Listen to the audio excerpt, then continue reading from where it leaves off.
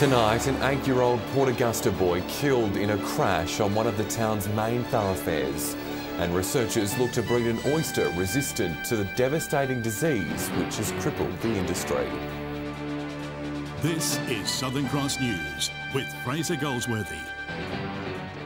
Good evening. The Port Augusta community is reeling from the death of an 8-year-old boy killed after being hit by a car. He was rushed to the local hospital with serious injuries, but sadly he couldn't be saved. Cars continue to drive by the scene, most of which would have no knowledge of the tragedy that unfolded almost 24 hours earlier. A Port Augusta boy taken too young. Last night, Victoria Parade was a swarm of police and emergency services combing the scene, trying to piece together how this tragedy occurred. It was around 7 p.m. when crews rushed to the scene to discover a young pedestrian had been hit by a car.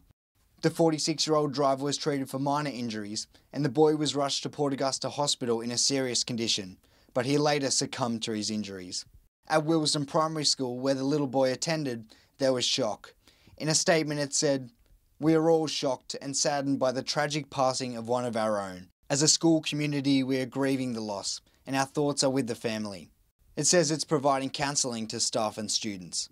The Major Crash Unit are continuing to investigate this incident and yet to reveal any further details as to how this incident occurred. As they work through the case, the community's desperate answers as to how this happened are sure to be revealed over the coming days. Garth Burley, Southern Cross News. Police have arrested 2 people after drugs and firearms were allegedly discovered in their Port Lincoln house yesterday afternoon. Officers found 9 firearms, 3 of which had been illegally modified, as well as a large amount of illicit drugs, some of which is suspected to be methamphetamine. A 31-year-old woman and a 27-year-old man appeared in court this afternoon, charged with numerous firearms and drug trafficking offences. Research is being undertaken to find families of oysters with resistance to the devastating POMS disease. Data from trials being undertaken in the Port River will be collected with hopes to distribute the resistant spat to hatcheries within a month.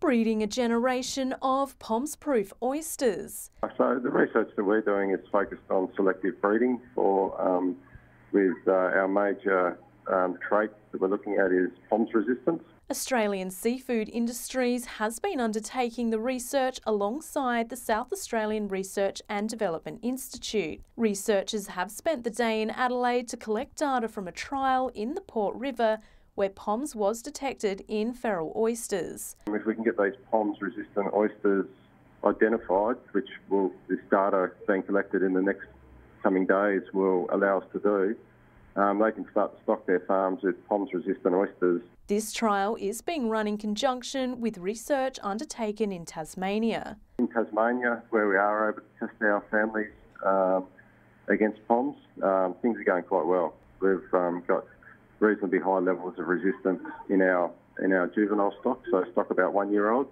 and we're starting to see upward trends in resistance for small spat as well. Hatcheries and growers can expect to have access to the genetically resistant stock soon. And I think we'll be in a position to distribute that brood stock within a month. So the hatcheries should be producing this spat potentially by the end of this year. Casey Trelaw, Southern Cross News. Broken Hill locals have been given the chance to sit down with the city's police officers. The Coffee with a Cop initiative aims to give residents the opportunity to learn more about our men and women in blue. A cuppa with a copper. We've had a great turnout. People that have come along have given us some great feedback. We've had great conversations with them. It's the first time the initiative has been held in the Barrier Police District. Local officers meeting with residents at the Silver City Cafe for a mid-morning caffeine hit. No agenda or speeches, just an opportunity for the community to ask questions, voice concerns and get to know officers in their community. Mostly just been about, what do they do if they have a crime that happens? How do they report it to us? And also just about the tourists, about what they can see, where they can go, what a beautiful town it is. Those taking part finding it an insightful experience. I didn't quite know what to expect because it's a very informal setting with what are normally regarded as very formal people. To start with, we had to come out in the street and, say to people, look, come on in, have a coffee with us. But once we got a few people in, everybody else started to roll in and we ended up having a great turnout for the day. There are now plans to expand Coffee with a Cop to surrounding towns in the far west, with one held in Balranald today. Next year, we're going to move it around and we'll maybe go look at Wilcannia or Menindee. Patrick Reinke, Southern Cross News. Coming up, the first Sister to Sister event gets underway for some very special ladies in Port Lincoln. That's next. The beekeeping industry is in for a shake-up with new regulations now in effect across the state. PIRSA says the new changes will help with disease prevention and management. It's all in the name of protecting the honeybee industry. Potentially someone with 1 or 2 hives can actually affect a whole industry. Sounds dramatic, but that could potentially happen. Trying to limit the spread of any pest and disease. 5 new laws have been introduced in the industry, affecting over 2,000 beekeepers across the state. A quarter of those call our region home. Keepers are now legally required to record each hive inspection in a bid to help stop the spread of disease. Ensuring that you have done your inspections for exotic diseases as well as endemic diseases. So they need to be recorded of when you've actually done them. While bees must be kept in appropriate hives, water must be within metres of the apiary. Hives cannot have any other holes around the outside other than the manufactured entrance, so no bees can get in and out of other holes that aren't manufactured, which prevents robbing from other bees coming in and stealing honey. You don't want the bees becoming a pest for foraging for water elsewhere other than what's actually provided for them within 200 metres. If they do have disease, they're less likely to spread the disease in their search for water because you've got it within 200 metres of the apiary. The regulations are now in effect throughout the state, just in time for National Honey Month in Australia. Well, we expect people to start implementing them into their management practices from June 1st. Rachel Nell, Southern Cross News. Emerging writers from across the state are leading workshops across the Upper Spencer Gulf this week. It's in a bid to engage with locals to encourage them to start their own journey of writing, also teaching them story structure and character building skills. Trying to encourage them that you've got a story and if you write it down, people will listen and your story is just as interesting as the next fella's. The free workshops are taking place in Port Augusta Wednesday and Thursday before travelling to Whyalla on Friday. Port Lincoln has hosted its first Sister to Sister event for the year, where Indigenous women impacted by family violence come together for support. The program runs twice a year in the region, and today the ladies were treated to some very special pampering. Indigenous sisters standing stronger together. Getting the women together so they feel a sense of community and for our service to learn what the needs are and what people can use our service for. Today is all about the phenomenal woman. There was a serious side of the program sharing what services are available to women. But the Ladies' Day was also filled with some precious pampering they might not normally have access to. A lot of women, they've never had their nails done, they've never had a massage and they've never had their hair cut because, some women have relationships where partners go, what are you doing this for? So we usually come through and massage the mamas, or the new mamas especially, carrying those beautiful babies around, and also the elders of our community. Community members can't speak more highly of the program. It really is important to me because I've known people, go through domestic violence and so I can give, advice to them and support them. But organisers would still like to see the event develop. I'd love to see some women to try and come along to one of these programs and maybe speak about their story, about how they've moved forward. Casey Trelaw, Southern Cross News. The new logo of Port Perry's Sports Precinct has been unveiled for the first time today. The simplistic design captures the bright and vibrant future the new Sports Precinct holds for the town. This logo based on the free-flowing design of movement, and I used the colours that were from the TLAP. So I sort of tried to tie in the whole healthy lifestyle. And The logo will be used for branding and marketing purposes, as well as being used for facility signage, promotional material on its website and merchandise.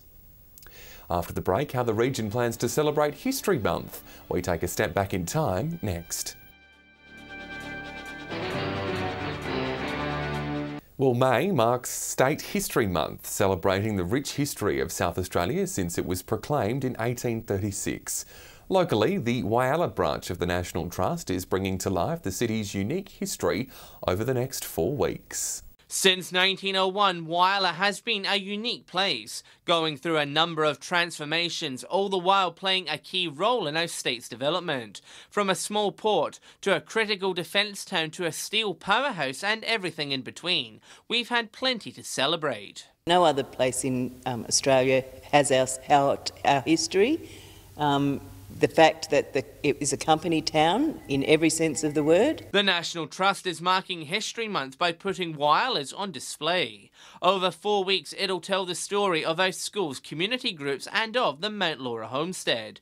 This week, it's focusing on the town's civic history, exploring how Whyalla went from being run by BHP to becoming an independent city. The company and the community built the hospital, they built the schools, they built the churches, and they ran the place. So it's a very rich history and something that we should be very proud of. It's a small display featuring rare photographs and artefacts from days gone by.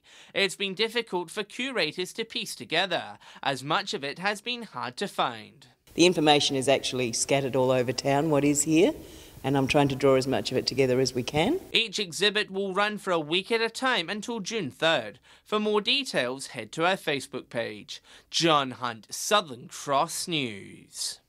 A virtual walkthrough of Broken Hill's new YMCA Wellness Centre is showcasing the world-class facilities locals will have when it's completed. It shows the centre's new physiotherapy centre, squash courts and gym centre.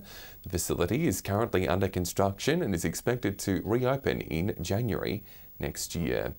The Port Augusta Cultural Centre is playing host to a new exhibition of unique cultural photography. As part of a lengthy mentoring program, the Limitless exhibition gives many Indigenous artists the chance to progress their storytelling through a modern medium. They're beautiful, personal and intricate photos. You wouldn't believe that some of the artists behind these spectacular photos initially struggled to take a confident snap on a phone camera. I just thought, oh well, just press the button and that's it.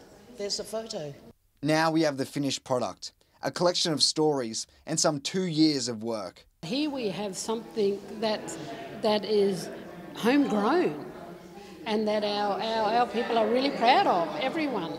The concept was created by mentors Levine and photographer Dave Laslett to put a positive focus on the Indigenous cultures in the community. There was a lot of things happening in the community, but it had a lot of negative connotation. So we thought of doing something from Davenport, something of a more positive. Known for telling these stories traditionally through song, dance and painting, the experience gave a modern way of continuing these stories. Aboriginal people are very talented storytellers, so this is just another medium for them to use in their toolkit. The world is moving, and we as Aboriginal people are moving with up-to-date equipment.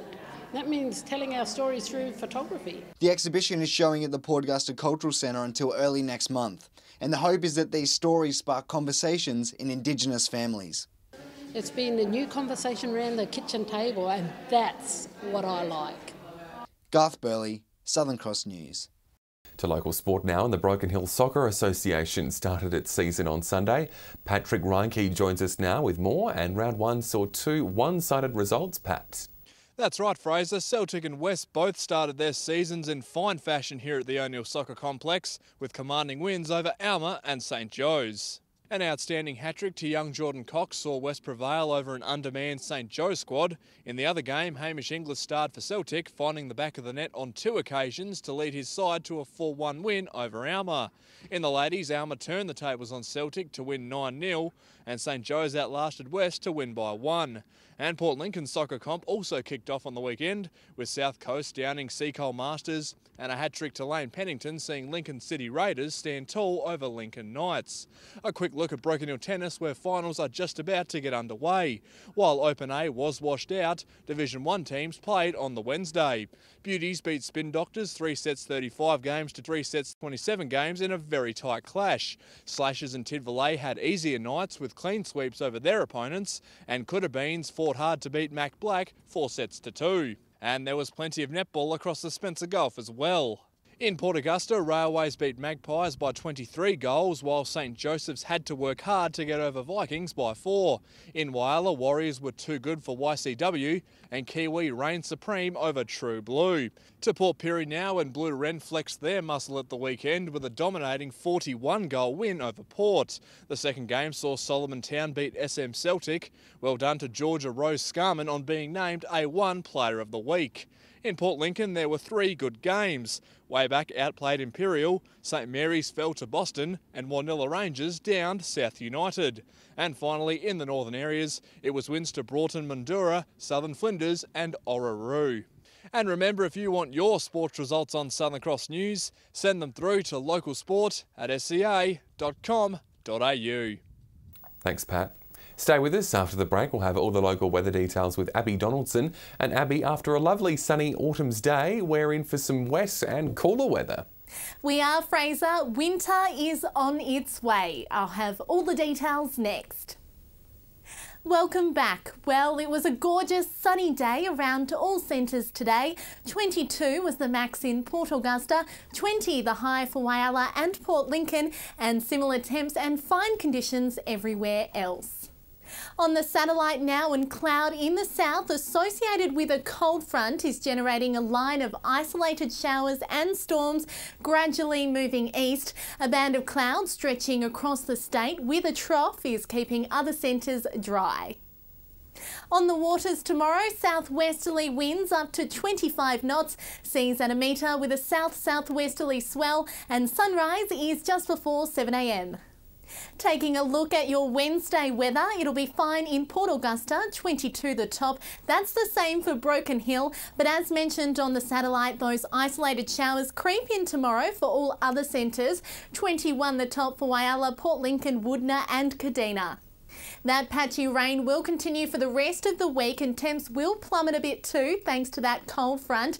18 the max for Port Lincoln and Woodner on Thursday. Much cooler in Cleve with forecast maximums of just 16 degrees that day, so you're going to want to rug up, and it's set to be a cloudy end to the week too. While temps will drop a little for Thursday here as well. Some light showers and 18 the top for Whyalla and Kadina on Thursday. Fine and 19 the max for Port Augusta on Thursday and Friday. And that cloud cover creeps in by Saturday. Lastly, a bit of rain forecast tomorrow for Port Pirie and Clare. Those scattered showers will hang around for Thursday too, and it's going to become quite windy in Port Pirie. A chilly 13 the top for Clare. It'll be nice and sunny in Broken Hill tomorrow, 22 the top, before temps drop by more than 5 degrees for the rest of the week as a cold wintry blast hits, which will see maximums hover around the mid-teens. It'll be quite windy too. So Fraser, winter is coming. It certainly is. Thanks, Abby. And that's Southern Cross News tonight. Thanks for joining us. I'll have updates later. Until then, enjoy your evening. Good night.